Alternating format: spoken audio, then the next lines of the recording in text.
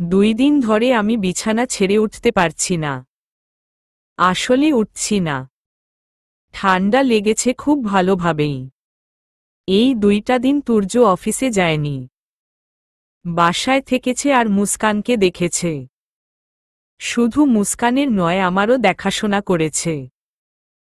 সময়মত খাবার, ওষুধ সবই দিয়েছে।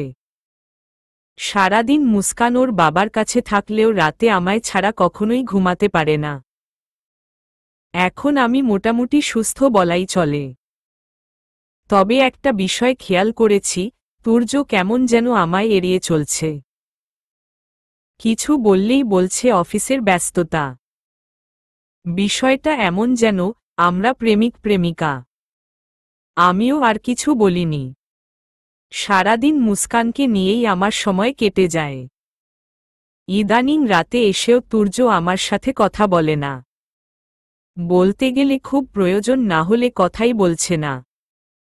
একবার মনে হয় জিজ্ঞেস করি, আবার ভাবি জিজ্ঞেস করাই যদি ধমক দেয়। এটা ভেবে আবার দমে যাই। এভাবেই কেটে যায় আরও বেশ কয়েকটা দিন। একদিন তুর্য বাজার থেকে অনেক বড় বড় রুই আর ইলিশ মাছ নিয়ে আসে। তুর্যকে আমি তেমন বাজার করতে দেখিনি। আজই প্রথম। তাই তুর্যকে জিজ্ঞেস করলাম, আজ হঠাৎ বাজার করলেন যে? কালকে বাবা মা আসবে।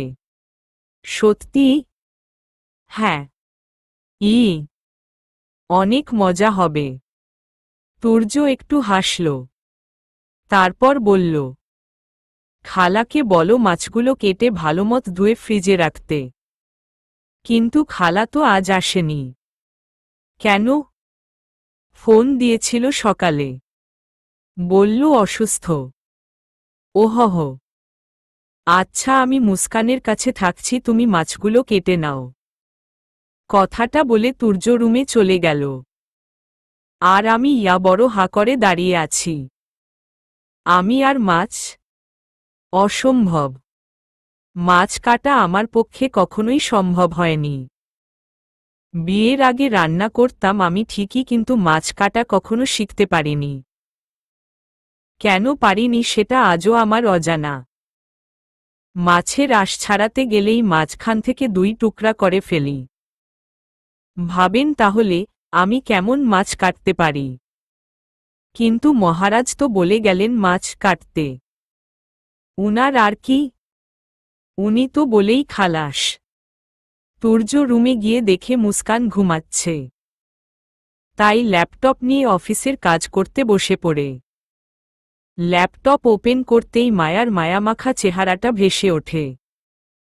আর তুর্যের বুকের ভেতর অদ্ভুত চিনচিনে ব্যথা শুরু হয়। হাজারো ভালোবাসার মুহূর্ত, খুনসুটি সবই আজ শুধু স্মৃতি। হঠাৎই তুর্যের মনে হলো মায়া মাছ কাটতে পারত না। তুর্য নিজেই মনে মনে বলল, পরি মাছ কাটতে পারে তো? তুর্য তাড়াতাড়ি ল্যাপটপ রেখে রান্নাঘরে যায়। তুর্য যখন আসে তখন আমি একটা মাছের মাথা আর লেজ ধরে এদিক ওদিক করছি। অজান্তেই তুর্য তখন হেসে দেয়। আমার পাশে বসে জিজ্ঞেস করে, মাছ কাটতে জানো না? আমি মাথা নিচু করে বললাম, না। রান্না করতে পারো আর মাছ কাটতে পারো না? রান্না সহজ মাছ কাটার চেয়ে। কতবার চেষ্টা করেছি মাছ কাটা শিখার জন্য, কিন্তু প্রতিবারই আঁশ ছাড়াতে গিয়ে মাছ মাঝখান থেকে 2 টুকরা করে ফেলেছি। আমার কথা শুনে তুর্য জোরে জোরে হাসছে। হাসতে হাসতে বলছে, বটি দাও আমার কাছে। সিরিয়াসলি মাছ কাটতে গিয়ে 2 টুকরা হয়ে যায়? বলেই আবার হাসা শুরু করে। 6 মাসের সম্পর্ক প্লাস বন্ধুত্বে তুর্য অনেকবার হাসলেও এমন প্রাণখোলা হাসি আমি কখনোই দেখিনি। যতই দেখছি ততই যেন মুগ্ধ হচ্ছি। শুনেছি ছেলেরা নাকি মেয়েদের হাসি দেখে মুগ্ধ হয়, কিন্তু এদিকে তো উল্টো হয়ে গেল। হলে হোক, আমারই তো স্বামী। মাছ কাটতে কাটতে তুর্য বলল, একটা কথা জানো পরি? কি? মাও কিন্তু মাছ কাটতে পারত না। সত্যি? হ্যাঁ। তখন আমি মায়ার পাশে বসে মাছ কেটে দিতাম আর ও তাকিয়ে তাকিয়ে দেখত। তারপর নিশ্চয় মাছ কাটা শিখে গিয়েছিল? আরে ও কি মাছ কাটা দেখত নাকি? তবে আমায় দেখত। How romantic! তখন আমি এই হাত দিয়ে ওর গালে ছুঁয়ে দিতাম। হাত না ধুয়েই? হ্যাঁ। এ মা! তারপর? তারপর আর কি? আমার পিঠে কিল ঘুষি দেওয়া শুরু করত। হা হা হা! তুর্য আবারও হাসছে। ওর এই হাসি যে বারবার আমায় ফাঁসি দিচ্ছে এটা কি তুর্য জানে? ইচ্ছে করছে একটা চুমু দিয়ে দেই। এত সুন্দর করে কেন হাসতে হবে?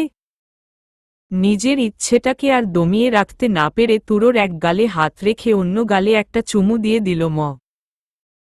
তুর্য আমার দিকে অবাক হয়ে তাকিয়ে আছে। আমি তখনও তুরোর হাসির ঘোরে মগ্ন হয়ে আছি। তুর্য যখন বসা থেকে উঠে দাঁড়ালো তখনই আমার হুঁশ ফিরল।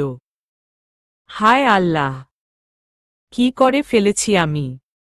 আমিও তখন বসা থেকে উঠে দাঁড়ালাম। সঙ্গে সঙ্গে তুর্য কষিয়ে একটা থাপ্পড় দেয় আমাকে। নির্লজ্জ মেয়ে যেন কোথাকার!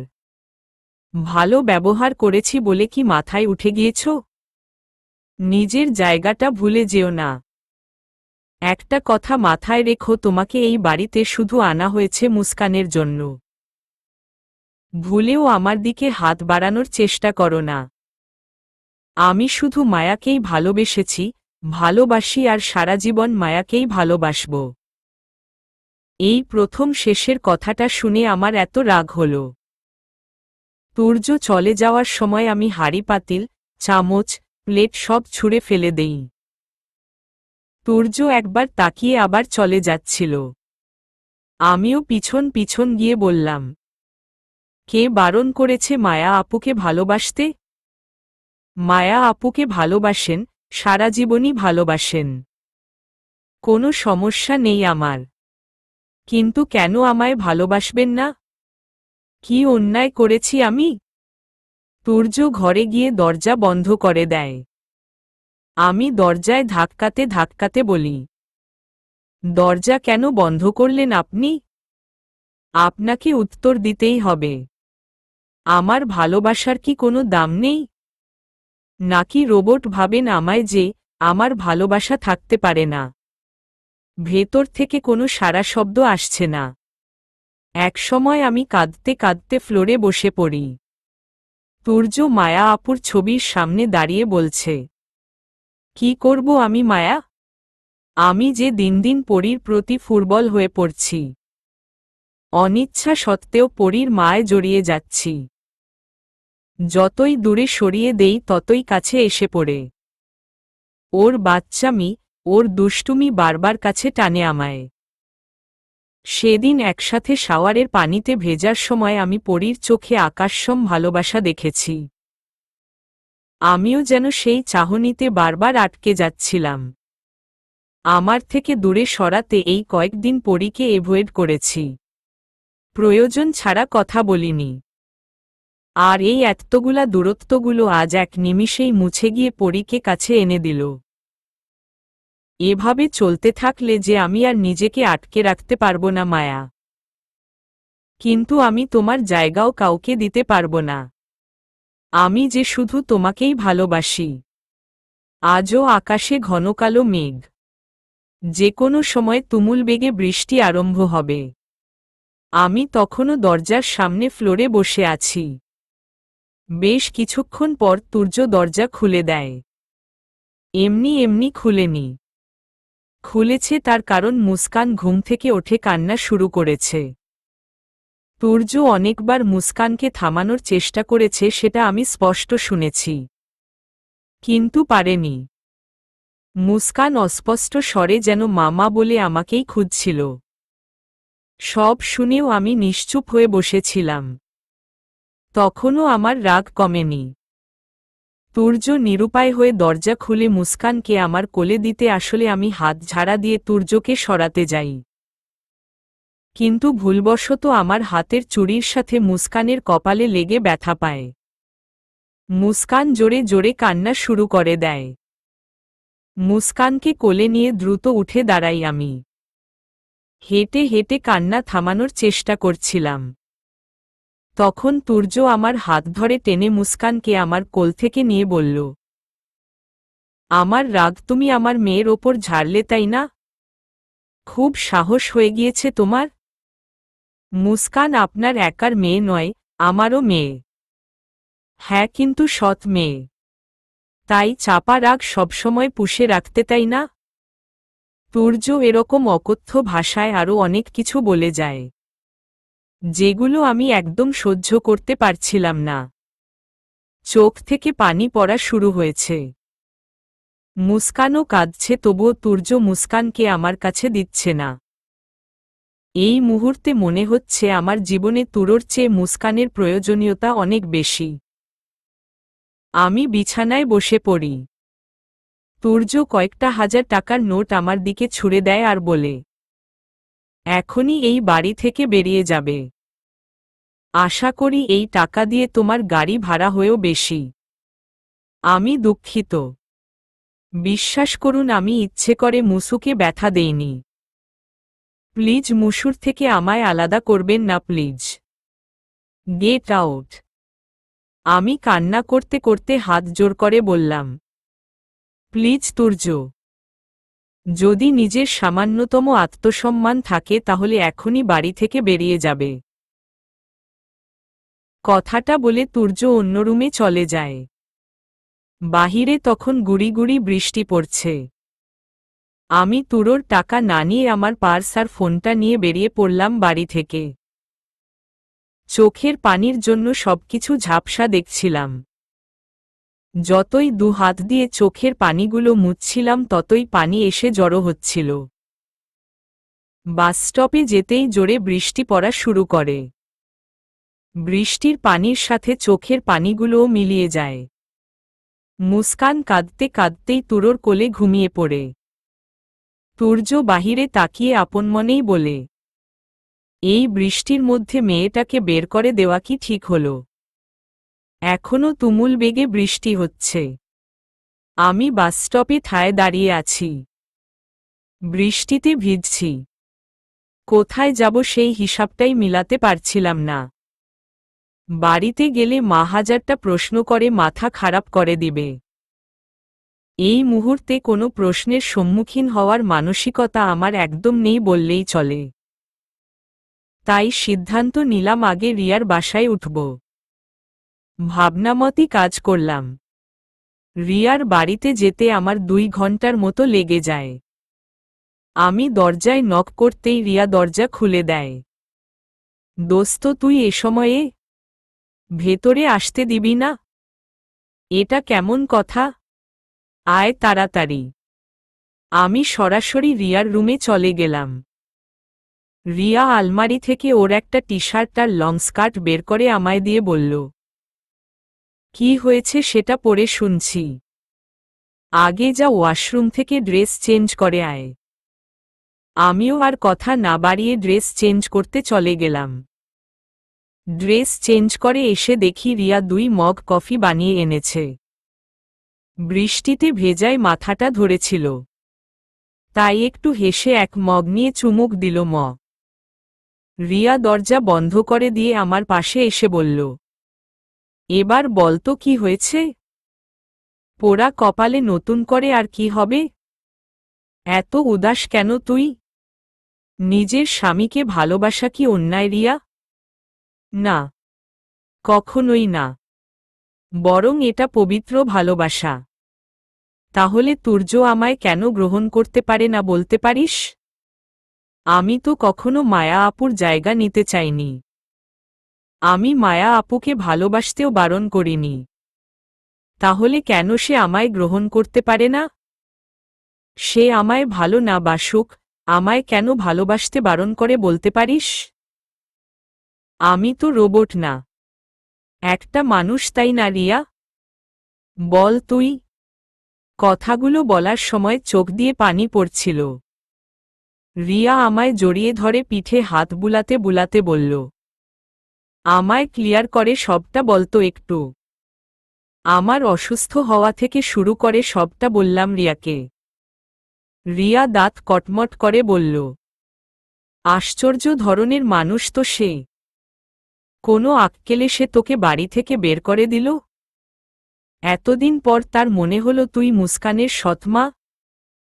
এতই যখন মায়া মায়া করে তখন নিজেই লালন পালন করতে পারল না নিজের মেয়েকে? তোকে কেন বিয়ে করল? স্বার্থপর একটা মানুষ। আমি চোখের পানি মুছে বললাম, বাদ দে রিয়া, তুর্যকে নিয়ে কিছু বলিস না। হয়তো তুর্য তুরোর জায়গায় ঠিকই আছে। আমার কষ্ট হচ্ছে মুস্কানের জন্য। ও তো আমায় ছাড়া থাকতে পারবে না রে। শুধু মুস্কান কেন বলছিস? ওই মানুষটারও তোকে ছাড়া চলবে না, তুই দেখিস। ভাগ্য করে তোর মতো মেয়েকে বউ হিসেবে পেয়েছে সে। তুই চিন্তা করিস না একদম। এখন আমি তোর মাথায় হাত বুলিয়ে দিব আর তুই চুপটি করে ঘুমাবি। রিয়া আমার মাথার কাছে বসে আমার মাথায় হাত বুলিয়ে দেয়। আমিও ঘুমিয়ে পড়ি। সন্ধ্যা পেরিয়ে রাত হয়ে গিয়েছে। এখনো ভালোই বৃষ্টি হচ্ছে। মুস্কানকে কিছুতেই সামলাতে পারছে না তুর্য। মুস্কানের কান্না থামার যেন কোনো নামই নেই। সারাক্ষণ চোখ দুটি যেন মাকেই খুঁজে বেড়াচ্ছে। তুর্য দোটানায় পড়ে যায়। কি করবে এখন? এই বৃষ্টির মধ্যে মুস্কানকে নিয়ে আমার কাছে আসাটাও সম্ভব না। রাত হলে মুস্কানের আমাকে চাই।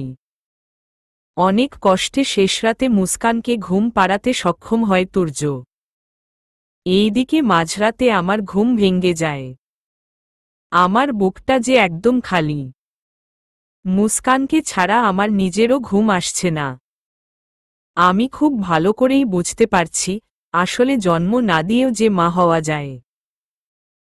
ইচ্ছে করছে এক দৌড়ে মুস্কানের কাছে চলে যাই। কিন্তু না, ওই বাড়িতে তো আমি যাব না। কেন যাব আমি? তাছাড়া মুস্কান তো আমার সৎ মেয়ে। হ্যাঁ, সৎ মেয়ে। তুর্য তো সেটাই বলেছে। কিন্তু মুখে এসব বললেও মনকে কিছুতেই মানাতে পারছি না আমি। এপাশোপাশ করতে করতেই আমার রাত পার হয়ে যায়। সারা রাত দুচোখ আমি এক করতে পারিনি। একদিকে তুরোর দেওয়া কষ্ট আর অন্যদিকে মুস্কানের থেকে দূরে থাকা। কিন্তু আমাকেও তো শক্ত থাকতে হবে। সকাল 10টার দিকে তুরোর বাবা মা আসে। কলিং বেল বাজছে। তুর্য তখন মুস্কানকে নিয়ে রুমে হাঁটছিল। তুর্য হাড়ে হাড়ে বুঝতে পারছে একজন বাচ্চার জীবনে মায়ের প্রয়োজনীয়তা ঠিক কতটুকু। তুর্য মুস্কানকে কোলে নিয়ে দরজা খুলে দেয়। মুস্কান তখনও ঠোঁট উল্টে কান্না করছিল। দরজা খুলতেই তুরোর বাবা মা হাসি মুখে বাসায় ঢুকে। মুস্কানের দাদি মুস্কানকে কোলে নিয়ে জিজ্ঞেস করে, কাঁদছে কেন মুস্কান? ওর মা কোথায়? তুর্য কি বলবে বুঝতে পারছে না। মাথা নিচু করে দাঁড়িয়ে আছে। তুর্যকে চুপ থাকতে দেখে ওর বাবা বলল, কি হলো বলো? পরি কোথায়? আব্বু, আমি ওকে বাড়ি থেকে বের করে দিয়েছি। কি? কেন? অনেক কারণ আছে আব্বু। তোমার কোনো এক্সকিউজই আমি শুনতে চাই না। জানি না কি কারণে তুমি পরীকে বাড়ি থেকে বের করে দিয়েছ। কিন্তু পরী কোনো ভুল করার মতো মেয়ে না। আমি ওকে চিনতে ভুল করিনি। বাবা, তুমি চুপ করো। তোমার কোনো কথা শুনতে চাই না আমি।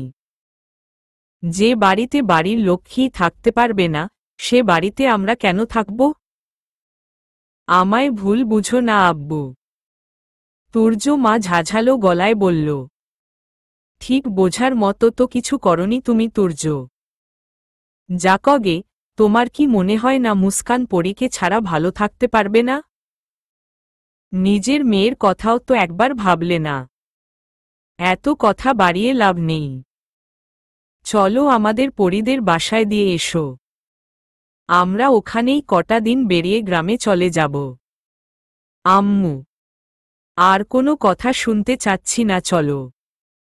12টার দিকে আমি রিয়ার বাড়ি থেকে আমাদের বাড়ি চলে আসি। ভাগ্যিস জয় বাসায় ছিল না, নয়তো কি করত কে জানে। বাড়িতে এসে আমি মাকে কিছুই বলিনি, কিন্তু রিয়া গড়গড় করে মাকে সব বলে দিয়েছে। আমার মনমেজাজ ভালো না দেখে মা আমাকে আর কিছু জিজ্ঞেস করেনি। রিয়া আমার সাথে কিছুক্ষণ সময় কাটিয়ে বাড়িতে চলে যায়। আমি ব্যালকনিতে দাঁড়িয়ে রাস্তায় গাড়ি চলাচল করতে দেখছিলাম। তখনই তুর্য গাড়ি নিয়ে বাড়িতে ঢুকে। গাড়ি থেকে তুর্যকে বের হতে দেখতেই বুকের ভেতর ধুক করে ওঠে। সেই সাথে চাপা রাগটাও চলে আসে। আমি দৌড়ে গিয়ে বাড়ির মেইন দরজা বন্ধ করতে যাব, তখনই দেখি মুস্কানকে কোলে নিয়ে আমার শ্বশুর ও শাশুড়ি এসেছে। তাদের মুখের ওপর আমি দরজা লাগিয়ে দিতে পারিনি, কিন্তু 2 হাত দিয়ে তখনও দরজা ধরে ঠায় দাঁড়িয়ে আছি। তুর্য আমার দিকে তাকাচ্ছে না, গাড়ির কাছেই দাঁড়িয়ে আছে। আমি একটু এগিয়ে গিয়ে শ্বশুর ও শাশুড়িকে সালাম করলাম। আমাকে দেখেই মুস্কান ঝাঁপিয়ে আমার কোলে চলে আসলো। আমার মনে হলো এতক্ষণে আমি প্রাণ ফিরে পেয়েছি। আত্মাটা ঠান্ডা হলো মুস্কানকে জড়িয়ে ধরে। মুস্কান আমার দিকে তাকিয়ে অস্পষ্ট বলিতে যেন হাজারো অভিযোগ জানাচ্ছিল। মাত্র কিছু সময়ের ব্যবধানেই মুস্কানের অবস্থা একদম কাহিল। পরক্ষণেই আমার মনে হল আমি তো ওর সৎমা, আমার কেন জ্বলছে। আমি মুস্কানকে কোলে নিয়ে তুর্যের কাছে যাই। মুস্কানকে তুর্যের কোলে দিতেই অবাক হয়ে তাকায় আমার দিকে। নিজের মেয়েকে নিয়ে এক্ষুনি এই বাড়ি থেকে বের হয়ে যান। পরি কি? পরি কি? আমি তো ওর সৎমা। তাহলে সৎ মায়ের কাছে কেন নিয়ে এসেছেন নিজের মেয়েকে? শুনুন মিস্টার, প্রয়োজনের প্রিয়জন আমি হতে পারব না। যেই দেখলেন মুস্কানকে সামলানো আপনার পক্ষে সম্ভব না, সেই নিজের বাবা মাকে নিয়ে আমার বাড়িতে চলে আসলেন। তুরোর বাবা এসে বলল, ও আমাদের নিয়ে আসেনি, আমরাই চলে এসেছি। ওর মধ্যে অনুতপ্তবোধ আছে নাকি সন্দেহ হচ্ছে আমার। বিশ্বাস করো মা, ওকে আমরা এভাবে মানুষ করিনি। একমাত্র ছেলেকে আদর্শ মানুষ হিসেবেই গড়ে তুলেছিলাম। জানি না কেন এমন হয়ে গেল। যাই হোক, তোমাদের স্বামী স্ত্রীর বিষয়ে ঢুকব না। আমরা ভেতরে গেলাম। একটু বসেই গ্রামে চলে যাব।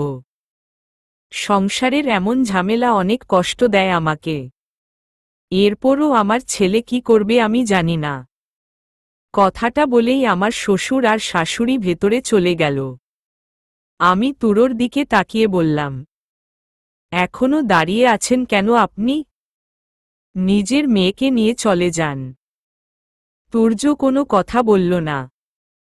মুস্কানকে নিয়ে গাড়িতে ওঠা ধরলে মুস্কান বুঝতে পারে যে আমার থেকে নিয়ে যাচ্ছে।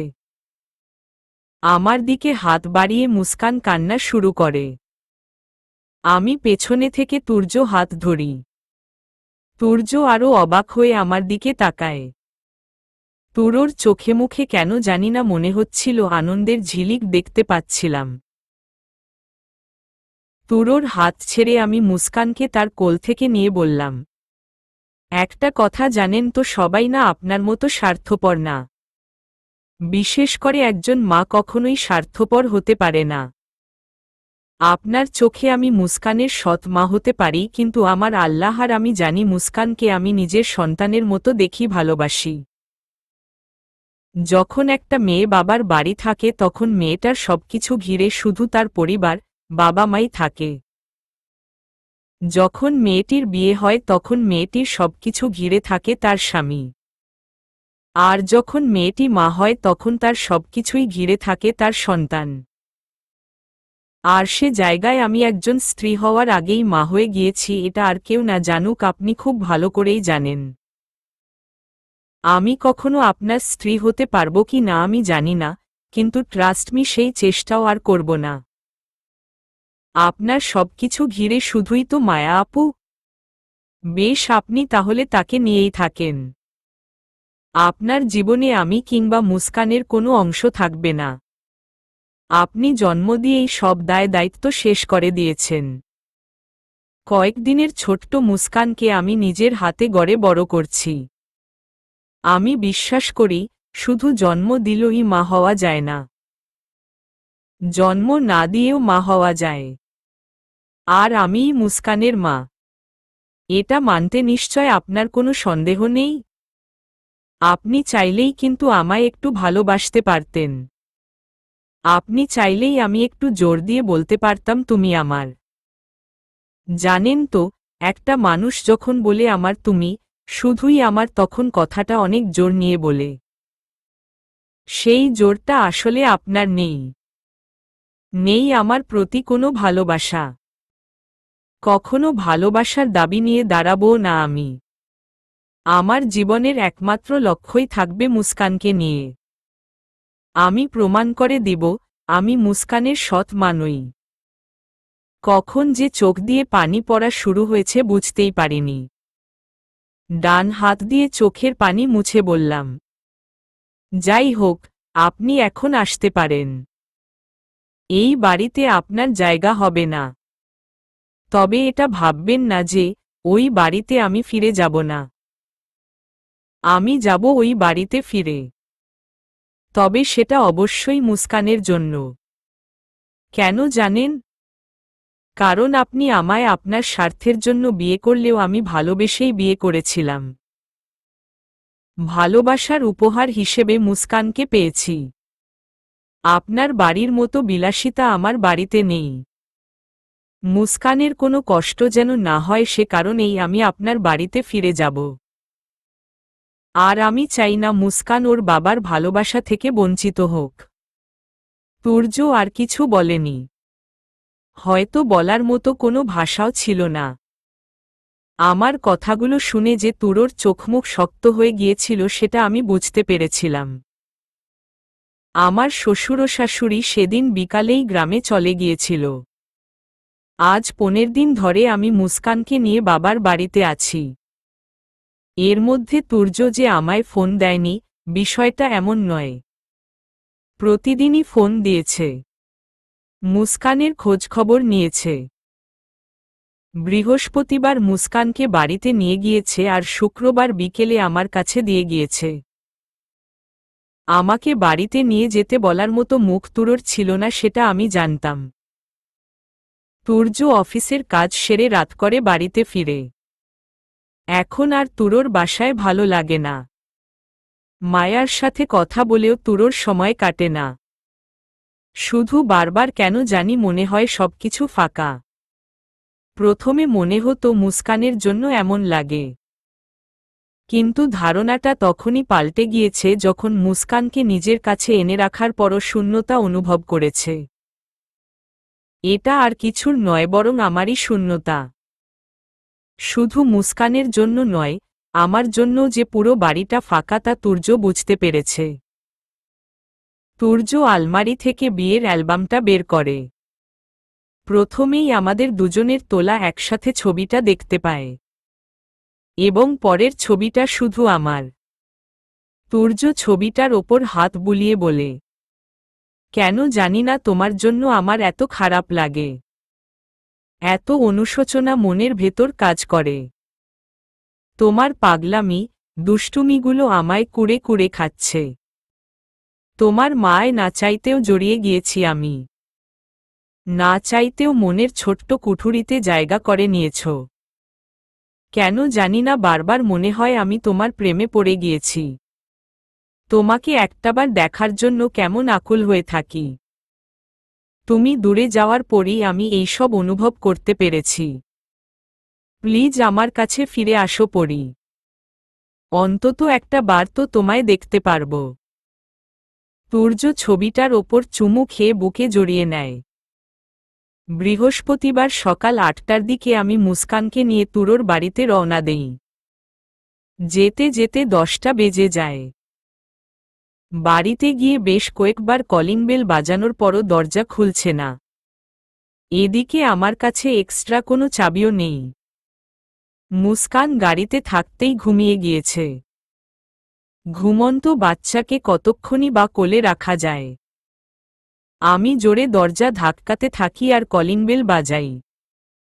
বেশি কিছুক্ষণ পর তুর্য এসে দরজা খুলে দেয়। রাগে তো আমার মাথা ফেটে যাচ্ছিল, কিন্তু তুর্যকে দেখেই আমার সব রাগ ভ্যানিশ হয়ে গেল। দেখেই বোঝা যাচ্ছে মাত্র ঘুম থেকে উঠে এলো। পরনে ব্ল্যাক প্যান্ট আর হোয়াইট টি শার্ট, চুলগুলো এলোমেলো, দেখেই কেমন কেমন জানি লাগছিল। কিন্তু আমাকে তো গলে গেলে চলবে না। ঘুমের চোটে চোখ খুলতে পারছিল না তুর্য, কিন্তু আমাকে দেখে তুরোর চোখ বড় বড় হয়ে যায়। আমি সেদিকে কোনো ভ্রুক্ষেপ না করে মুস্কানকে নিয়ে রুমে চলে যাই। রুমে গিয়ে হঠাৎই মনে হলো আমরা তো একসাথে থাকব না। আমি মুস্কানকে নিয়ে অন্য রুমে চলে যাই। মুস্কানকে বিছানায় শুইয়ে দিতেই তুর্য রুমে আসে। আমার রুমে বিছানা ঠিক করে দিচ্ছি। আমার রুমে শোয়াও মুস্কানকে। দরকার নেই। কেন? এমনি। পড়ি। বলেন, তুমি কি এখনো আমার ওপর রেগে আছো? রাগ করব কেন? আসলে সেদিন ওই ব্যবহারটা করা উচিত হয়নি আমার। প্রত্যেকবারই কি ভুল করার পর বুঝতে পারেন? মানুষ মাত্রই তো ভুল, তাই বলে কতবার ক্ষমা করা যায়? এনিওয়ে, আশা করি আর কোনোদিন এমন ব্যবহার আপনি করবেন না আমার সাথে। আসলে করবেন না বললে ভুল হবে। আমি সেই সুযোগটাই আপনাকে দিব না। আর আপনি এখন আসতে পারেন। আমি খুব টায়ার্ড। ঘুমাবো এখন। তুরোর মুখটা কেমন ফ্যাকাশে হয়ে যায়। মাথা নিচু করে তুর্য ওর রুমে চলে যায়। আমি দরজা লাগিয়ে দিয়ে মুস্কানের পাশে শুয়ে পড়ি। তুর্য রুমে গিয়ে বিছানায় বসে পড়ে। মায়ার ছবির দিকে তাকিয়ে এগিয়ে যায় ছবিটার দিকে। মায়া একটা কথা বলবে? পরীর এমন ব্যবহার আমি কেন মেনে নিতে পারছি না? কেন আমার কষ্ট হচ্ছে বলবে? আমি কি পরীকে ভালোবেসে ফেলেছি? কোনো উত্তর পায় না তুর্য। পাওয়ার কথাও নয়। মায়ার হাসিমাখা ছবিটার দিকে কিছুক্ষণ তাকিয়ে থেকে ওয়াশরুমে ফ্রেশ হতে চলে যায়। ফ্রেশ হয়ে এসে বাহিরে যায় খাওয়ার জন্য। আমি বাসায় ছিলাম না বলে কাজের খালাকে বাসায় আসতে বারণ করেছিল তুর্য। বাসায় রান্নাও হয়নি বিধায় রেডি হয়ে বাহিরে যায় আর সময় ড্রয়িং রুমে কাজের খালা তুর্যকে ডাক দেয়। পরী মা আপনারে টেবিলে বইতে কইছে। খালা আপনি কখন আসছেন? আমি তো পরী মায়ের লগেই আইছি। দোকানে গেছিলাম তাই দেরি হয়েছিল। কিন্তু আমি তো আপনাকে আসতে বলিনি। আমি রান্নাঘর থেকে খাবার নিয়ে আসছিলাম তখন উত্তরটা আমি দিল ম। আমিই আসতে বলেছিলাম। তুমি? হুম। কিন্তু নাম্বার কোথায় পেলে? আপনার মতো ইররেসপন্সিবল আমি না। আমি সব দিকই সামলিয়ে চলি। খেতে বসেন আপনি। বাহিরে খেয়ে নিব। ওকে। তুর্য হা হয়ে আছে। তুর্য ভাবতেও পারেনি যে আমি রাজি হয়ে যাব। আমি খালাকে খাবার দিয়ে নিজেও টেবিলে বসে পড়েছি খাওয়ার জন্য। তুর্য তখনও ঠায় দাঁড়িয়ে আছে। আমি একবার তাকিয়ে বললাম, যাচ্ছেন না কেন? বলে আমি খাওয়া শুরু করলাম। তুর্য মনে মনে বলল, এই কয়দিনেই এত চেঞ্জ। কেমন ডোন্ট কেয়ার টাইপ হয়ে গেছে। আমি না হয় বলেছি বাহিরে খেয়ে নিব তাই বলে পরীকে রাজি হতে হবে? কতদিন পর ওর হাতের রান্না খাওয়ার সুযোগ পেয়েছি আর আমি কি না ভাব দেখিয়ে বললাম বাহিরে খেয়ে নিব। ধুর শালা, দোষ তো আমারই। তুর্য বলল, আমার খিদে নেই তাই বাহিরেও খাবো না। ওহ আচ্ছা। তুর্য দাঁত কটমট করতে করতে রুমে চলে গেল। আমি খাওয়া শেষে সব খাবার ঢেকে মুস্কানের কাছে চলে গেলাম। খালা থালা বাসন সব ধুয়ে বাসায় চলে গেল। দুপুর 2:10। তুর্য এখনো খায়নি, শুধু রুমের মধ্যে পায়চারি করছে। নিজে আর থাকতে না পেরে খাবার খেতে চলে যায়। ডাইনিং টেবিলে সব খাবারই রাখা ছিল। হটপটের ঢাকনা খুলতেই নাক টেনে শ্বাস নিয়ে বলল, আহ, আলুর পরোটা। তরকারির বাটির ঢাকনা খুলে বলল, ওহ মাই গড, আলুর দম। আলুর পরোটা আর আলুর দম করেছে, আর আমি কি না মিস করছিলাম। তুর্য তাড়াতাড়ি চেয়ার টেনে বসে প্লেটে পরোটা আর আলুর দম নিয়ে খাওয়া শুরু করে। এক বসায় 4টে পরোটা খেয়ে ফেলে। 5 নম্বর পরোটা ছিঁড়ে আলুর দম নিয়ে যেই মুখে তুলতে যাবে তখনই আমি তুর্যের সামনে এসে দাঁড়াই। আমায় দেখে তুরোর হা করা মুখটা বন্ধ হয়ে যায়। বসা থেকে তুর্য উঠে দাঁড়ায়। না মানে আসলে আমি কোনো কথা না বলে রান্নাঘর থেকে আরও পরোটা এনে দিয়ে বললাম, মানে করার কিছু নেই। আপনার বাড়ি, আপনার জন্য তৈরি করা খাবার আপনি খাবেন না তো কে খাবে? তুর্য খুশি হয়ে খেতে বসে যায়। সময়গুলো এভাবেই কেটে যাচ্ছিল। 2 জন 2 রুমে থাকছি। তবে একটা জিনিস আমি খেয়াল করেছি, আমি যতই তুর্যকে এভয়েড করছি তুর্য ততই আমার কাছে আসার বাহানা খোঁজে। সেদিন আনুমানিক ভোর 4টার দিকে আমি খেয়াল করি একজোড়া হাত আমায় আষ্টেপৃষ্ঠে জড়িয়ে রেখেছে। আমি এদিকও নড়তে পারছি না, ওদিকও ঘুরতে পারছি না। কারণ ওইদিকে মুস্কান শুয়ে আছে। রাতে আমার রুমের দরজা লক না করেই ঘুমাই। কারণ বাড়িতে পুরুষ মানুষ বলতে শুধু তুরোই থাকে। কিন্তু ভয় আমার আত্মা শুকিয়ে গেছে।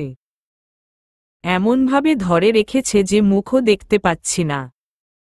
ভয় চিৎকারও দিতে পারছি না। অনেক কষ্টে এক হাত সরাতে সক্ষম হই। ডিম লাইটের আলোয় মুখ দেখে তো আমার চোখ ছানাবড়া। তুর্য এই রুমে। রাগে দাঁতে দাঁত চিবুচ্ছি। তুর্যের বাহুতে ধরে ধাক্কাচ্ছি আর ডাকছি। উঠবে তো দূরের কথা, বিড়ালছানার মতো বুকে এসে মুখ লুকিয়ে শক্ত করে জড়িয়ে ধরে ঘুমাচ্ছে। বুঝতে পারছি না আমি মানুষ নাকি কোলবালিশ। তুর্যকে আমার থেকে ছাড়ানোর আপ্রাণ চেষ্টা করেই যাচ্ছি, কিন্তু ছাড়ার কোনো নামগন্ধ নেই। আমি গায়ের সমস্ত শক্তি দিয়ে ধাক্কা দিতেই তুর্য ধপাস করে খাট থেকে ফ্লোরে পড়ে গিয়েছে। না, একা পড়েনি, সাথে আমাকে নিয়েই পড়েছে। ফ্লোরে পড়ে যাওয়ায় কোমরে প্রচণ্ড ব্যথা পাই। একেই তো মেজাজ খারাপ ছিল, তার মধ্যে এখন আবার পড়ে ব্যথা পেলাম। আমি ওমাগো বলে চিৎকার দিতেই তুর্য আমায় ছেড়ে উঠে দাঁড়ায় আর বলে, এ কি, আমরা ফ্লোরে কেন? ওর কথা শুনে আমার মনে হলো আমি কোনো আগুনের উত্তাপে জ্বলছি।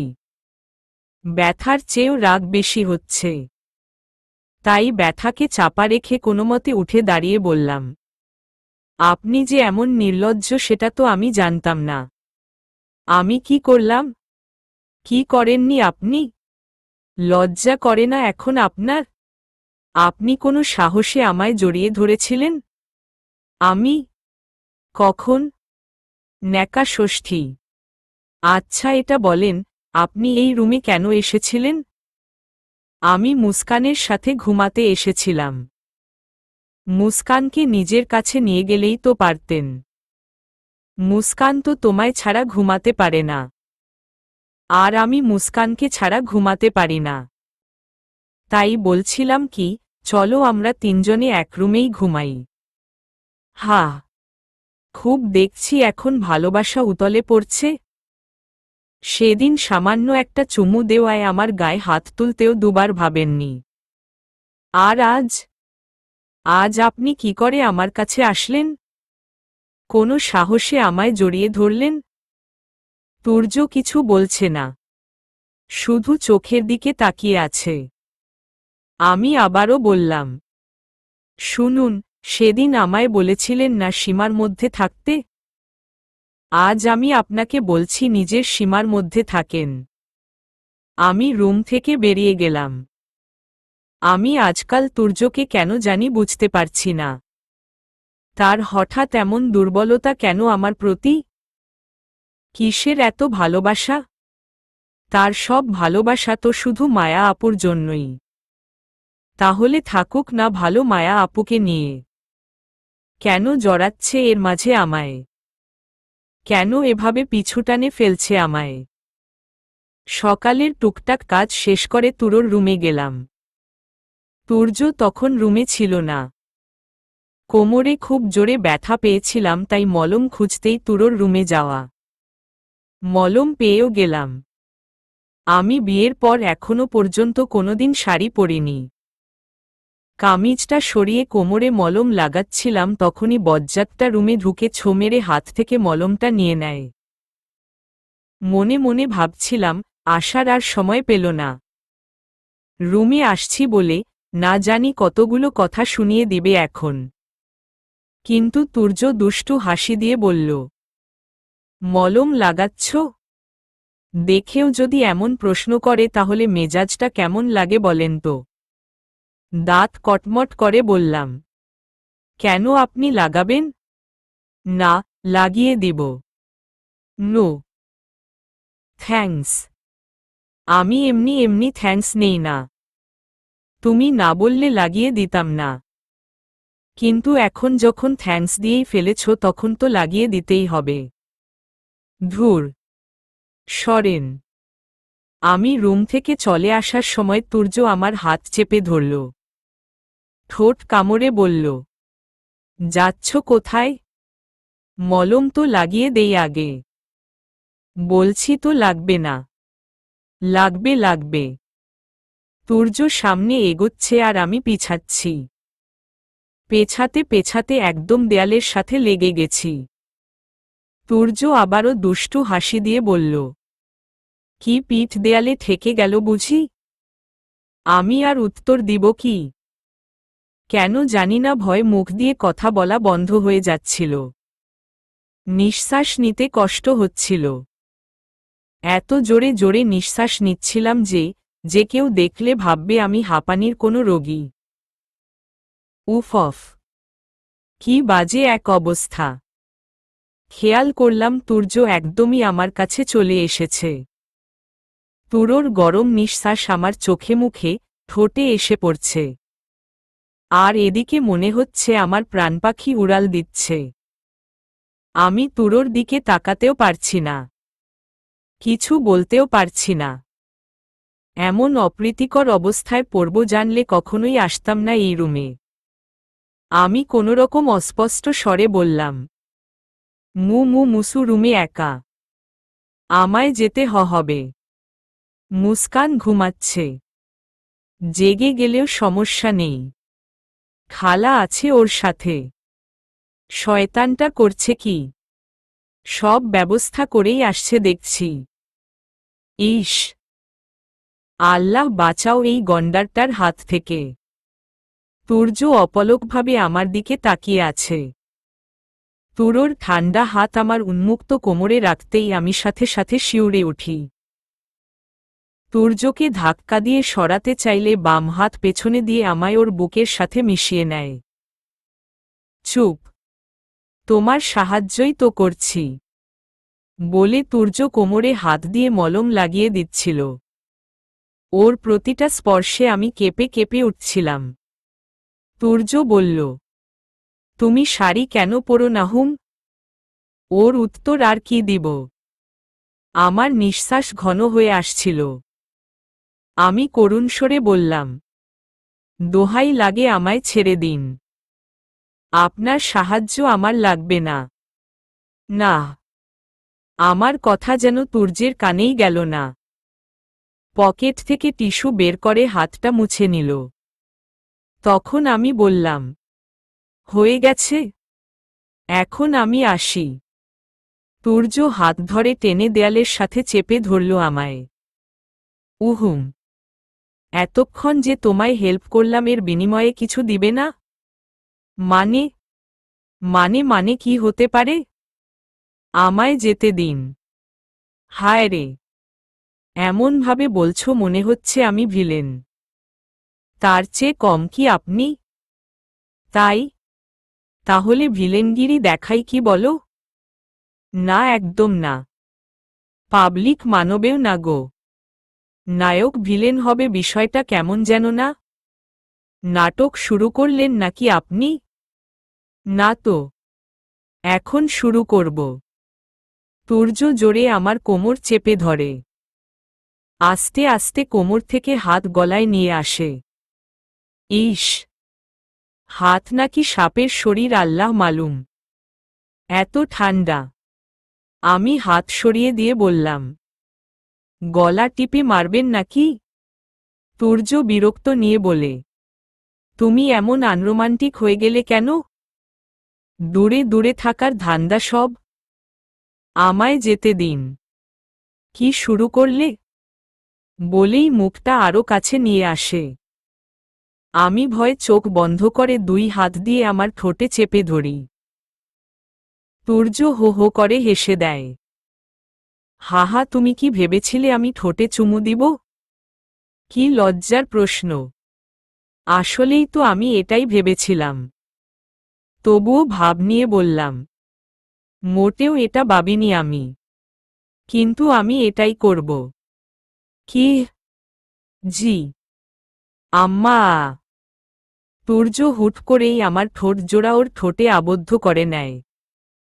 আমি নিজের যথেষ্ট শক্তি দিয়ে ওকে সরানোর চেষ্টা করি।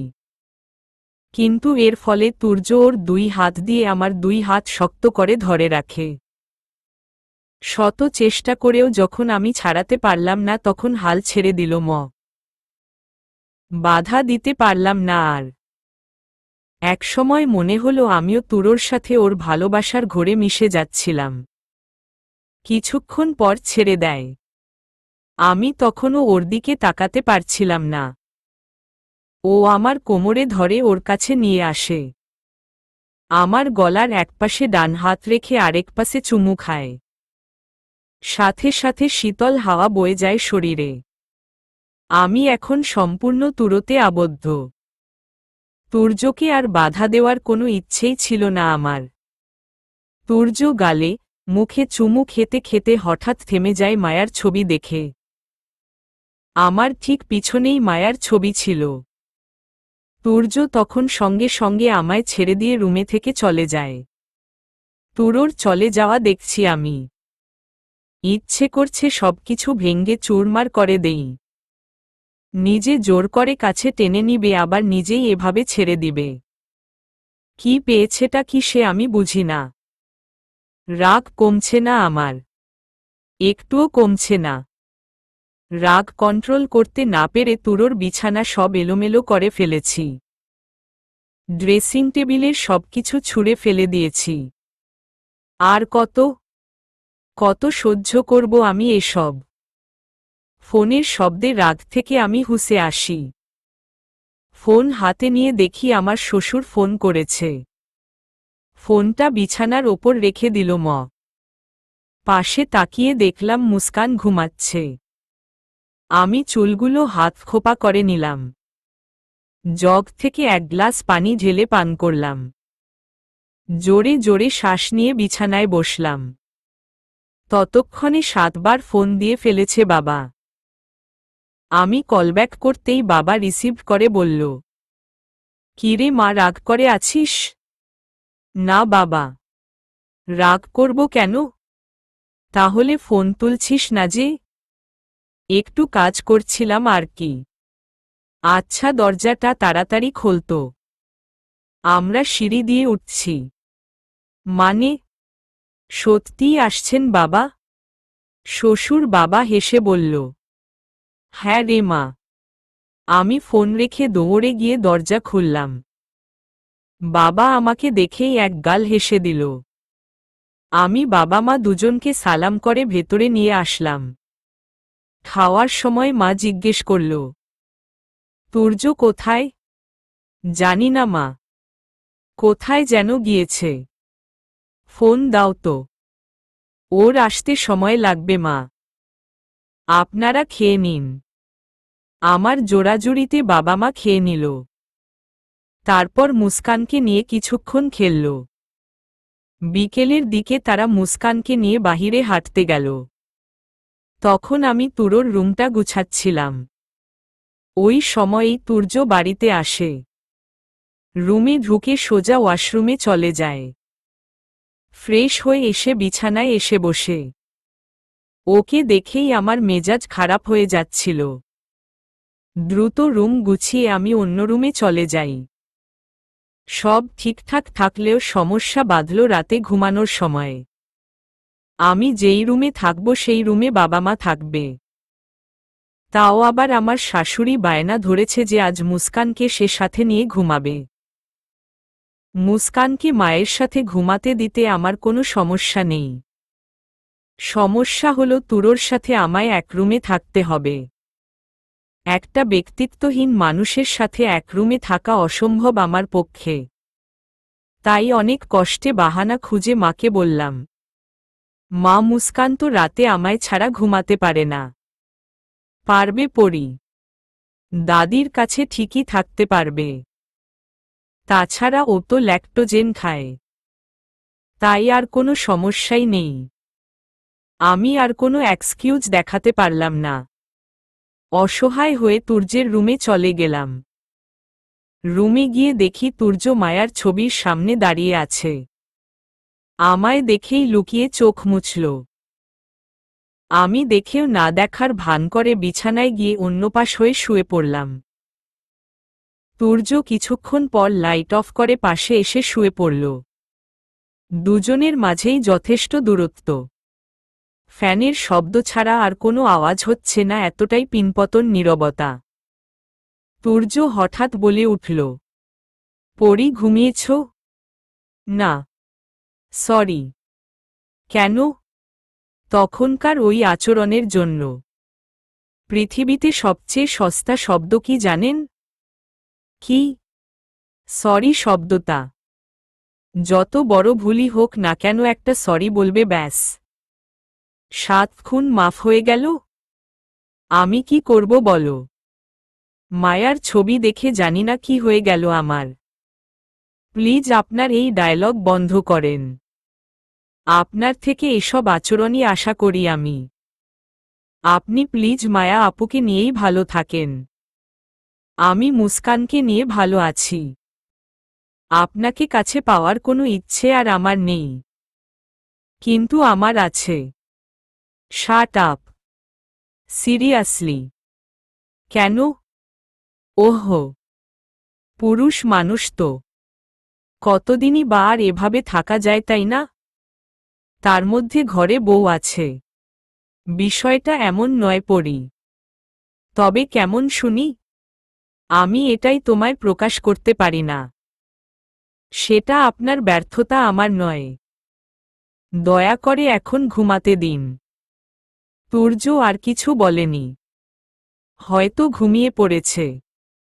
আমি মনে মনে ভাবছি, তোমায় যদি নাকানিচুবানি না খাইয়েছি তো আমার নামও পরি না হো। পরের দিন বিকেলে শাশুড়ির মাথায় তেল দিয়ে দিচ্ছিলাম। শ্বশুর ও শাশুড়ি আশায় বাড়িটা এখন পূর্ণ হয়েছে। অন্যরকম একটা ভালো লাগা কাজ করছে। সকাল থেকেই আমি বেশ খুশি। কিন্তু সেটাও আর বেশিক্ষণ টিকল না। শাশুড়ির কথা শুনে খুশি কর্পূরের মতো উড়ে গেল। শাশুড়ি বলল, মা আমাদের ব্যাগটা গুছিয়ে দিও তো। আমি হতাশ হয়ে বললাম, কেন মা? কোথায় যাবেন? আমার ছোটবেলার এক বান্ধবীর ছেলের বিয়ে। ওর বাসায় যাব। তোমরাও রেডি হয়ে নিও। তুর্য কথার মধ্যে ব্যাঘাত ঘটিয়ে বলল, না মা, আমার অফিসে অনেক কাজ। আমি যেতে পারবো না। আর পরি চলে গেলে আমার খাওয়া দাওয়ায় কষ্ট হবে। তোমরা চাইলে মুস্কানকে নিয়ে যেতে পারো। ওর কথা শুনে আমার শরীর জ্বলে যাচ্ছে। আরে বজ্জাত, তুই যেতে পারবি না ভালো কথা। আমায় কেন আটকাচ্ছিস? গন্ডার একটা। মা বলল, আকাশের বিয়ে আর তোরা যাবি না? আচ্ছা, বিয়ের দিন না হয় আমি পরীকে নিয়ে যাব। আচ্ছা, তোর যা ভালো মনে হয়। আমরা তাহলে মুস্কানকে নিয়ে যাই। মা আমার দিকে তাকিয়ে বলল, তোমার কোনো সমস্যা নেই তো? আমি কিছু বলতে যাব তার আগেই তুর্য বলল, না মা, ওর কোনো সমস্যা হবে না। আমি আছি তো। আমি মনে মনে বলছি, গন্ডার আপনি তো থাকবেনই, নয়তো আমার জীবনটা তেজপাতা করবেন কিভাবে? সন্ধ্যার দিকে বাবা মা মুস্কানকে নিয়ে রওনা দিল। তুর্য গেল তাদেরকে পৌঁছে দিতে। আমি তুর্যের রুমে যেতেই দেখলাম একটা প্যাকেট আর চিরকুট। চিরকুটটা হাতে নিয়ে দেখলাম লেখা আছে, অনেক কষ্টে তোমার জন্য শাড়িটা খুঁজে কিনে এনেছি। আশা করি শাড়িটা তুমি পরবে। চিরকুট রেখে প্যাকেট খুলে দেখলাম একটা লাল শাড়ি। সত্যিই শাড়িটা অসম্ভব সুন্দর। গন্ডারটাকে একটা শাস্তি দেওয়া উচিত। কিন্তু আমি তো শাড়ি পরতে পারি না। উপায় না পেয়ে পাশের বাড়ির ভাবিকে ডেকে শাড়িটা পরে নিলাম। ভেজা চুলগুলো ছেড়ে দিয়েছি। মুখে হালকা মেকআপ, কপালে ছোট্ট লাল টিপ, চোখে কাজল আর ঠোঁটে হালকা লাল লিপস্টিক দিয়েছি। কানে ঝুমকা, গলায় চেইন, 2 হাত ভর্তি চুড়ি আর পায়ে নূপুর পরেছি।